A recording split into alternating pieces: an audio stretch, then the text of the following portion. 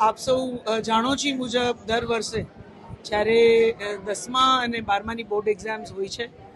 ત્યારે જોડિયા તાલુકામાં જોડિયા ખાતે તાલુકા મથકમાં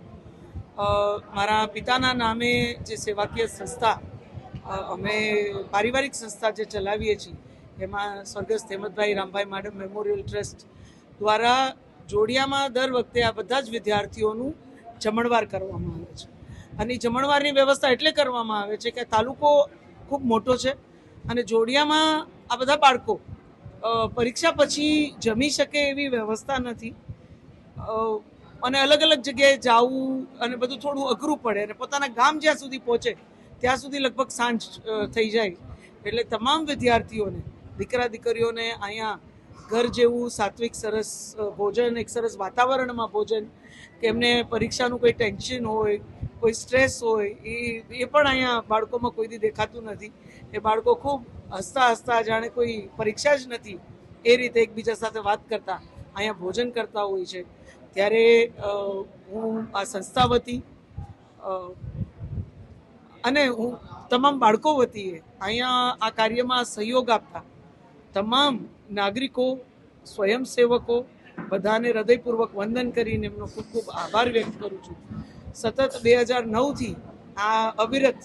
દર વર્ષે આ આયોજન અમે કરવામાં સફળ રહ્યા છીએ અને જો એનો મુખ્ય જસ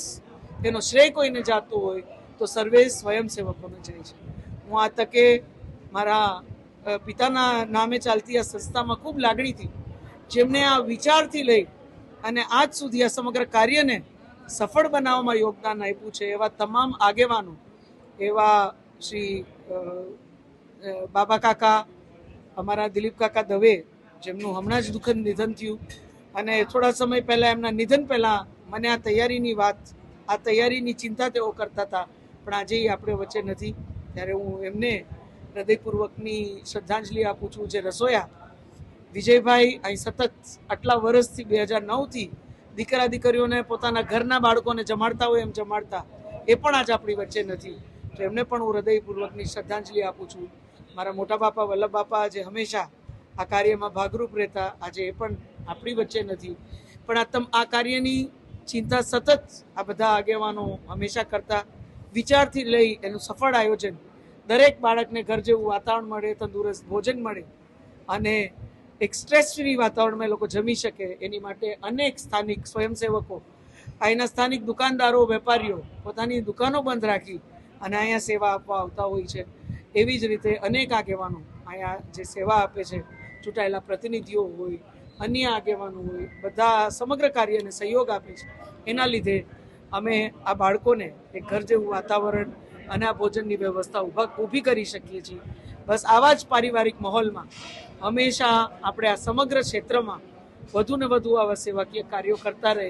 અને આપણી ભાવિ પેઢી ક્યાંક એના લાભને માધ્યમથી એને સુંદર મંચોના માધ્યમથી આગળ વધતા આવતા દિવસોમાં એક